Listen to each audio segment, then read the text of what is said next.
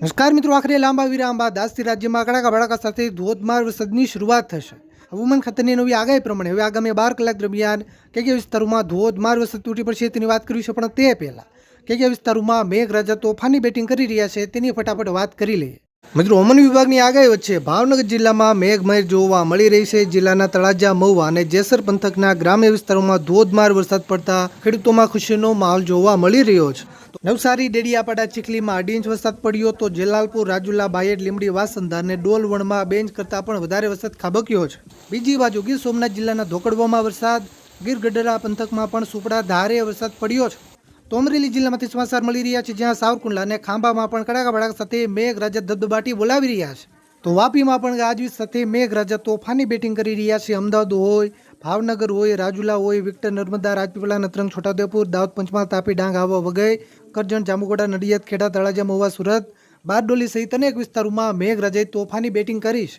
મિત્રો, હવે આજે કયા વિસ્તારોમાં વરસાદનું રેડ એલર્ટ જાહેર કરાયું છે તેની વાત કરીશું. પણ તે પહેલા આ વિડીયોને ક્લિક કરવાનું ભૂલતા નહીં.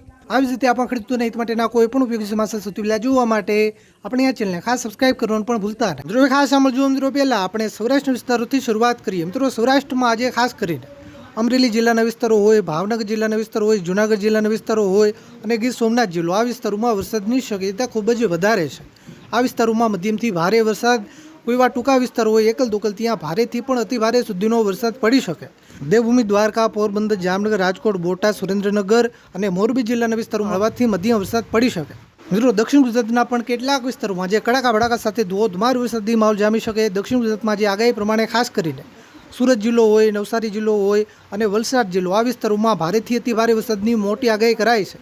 નર્મદા, ભરૂચ, તાપી અને ડાંગ જિલ્લામાં પણ મધ્યમથી ભારે વરસાદની આગાહી કરાઈ છે. મિત્રો, મધ્યપૂર્વ ગુજરાતના વિસ્તારોની વાત કરીએ તો મધ્યપૂર્વ ગુજરાતમાં જે ખાસ કરીને મહીસાગર જિલ્લો, પંચમહાલ જિલ્લો, આણંદ અને વડોદરા જિલ્લાના વિસ્તારોમાં વરસાદની શક્યતા વધારે છે. આ વિસ્તારોમાં મધ્યમથી ભારે વરસાદની આગાહી કરાઈ છે. અમદાવાદ, ખેડા, દાહોદ અને છોટાઉદેપુર જિલ્લામાં સામાન્યથી મધ્યમ વરસાદની આગાહી છે.